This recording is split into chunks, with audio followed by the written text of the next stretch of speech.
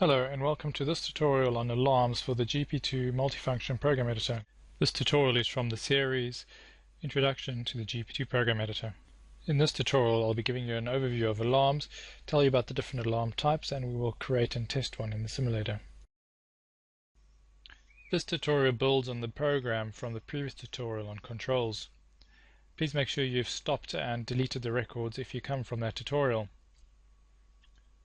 So if we go into the program, if you have come directly into this tutorial and have not got the program as I've shown you over here, then you need to import it. To do that, you click Edit, Import Program, and you go to your C drive and an installation folder of DeltaLink, and then go under Samples, GP2 Multifunction Program, and select Tutorial 4, which was Controls, and we'll import it. Alarms are intended for signaling that a program has detected a significant condition. For example, a measurement is outside of its expected range. When that occurs, the alarm switches a relay away from its initial state. To find out more about setting the initial state of a relay, see the tutorial on variables and outputs. So again, I'll minimize the info panel to give us more space, and I'll scroll down to the alarms list. To add an alarm, we simply click on the Add New Item row. So if we look at the properties on the right, we have the first one, which is name, and is self-explanatory. But the second property relates to when the alarm is evaluated. So an alarm is associated with the measurement, and the alarm condition is evaluated whenever the measurement is evaluated, and not based on a repeat rate or something similar like controls. The condition affecting or causing the alarm to trigger will appear once we've selected the controlling measurement, so I'll address that then. And the next property, output channel, again specifies the relay which is switched away from its initial state when the alarm is raised. So as always, we need to know what it is we're trying to achieve before we can actually create the alarm. Something that might be useful to know in our experiment is if the soils become depleted of nutrients. This we can check by using the pore conductivity measurement that we've added off the wet sensor. A reading of below 100 millisiemens would indicate a nutrient depleted soil. So let's start with that.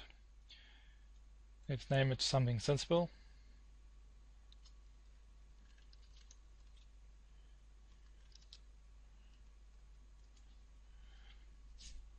Okay, and since we're going to be considering the value of the wet 2, let's select that as our controlling measurement.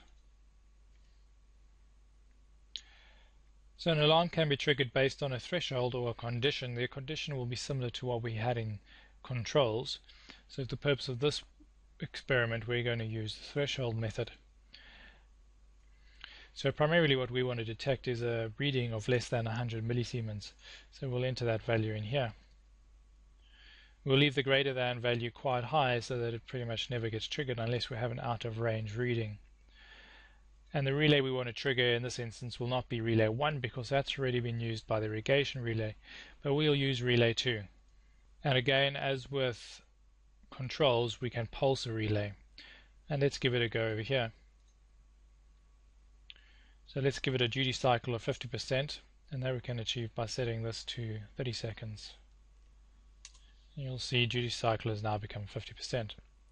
So let's apply that program and see if that has had any effect on our data. So we go to the logger. Make sure that you have restarted your simulator. We will click Start. And let's generate a bit of data. Let's go up to the end of July again.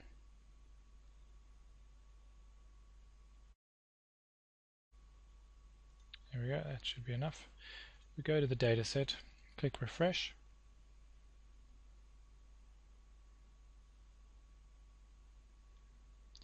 And there we can see our second relay has now appeared, which is relay 2. We've not given it a decent name, but that will be okay for now. And we can see it's triggering all along here. So if we go down and have a look at millisiemens, we can see that the alarm starts triggering as soon as the value goes below 100 millisiemens. If we zoom into the relay,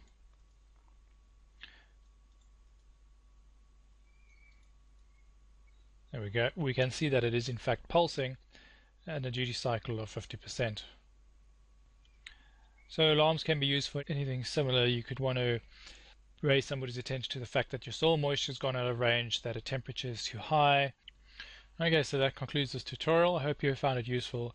Please look at the 2 remaining tutorials on scripts, variables, and outputs.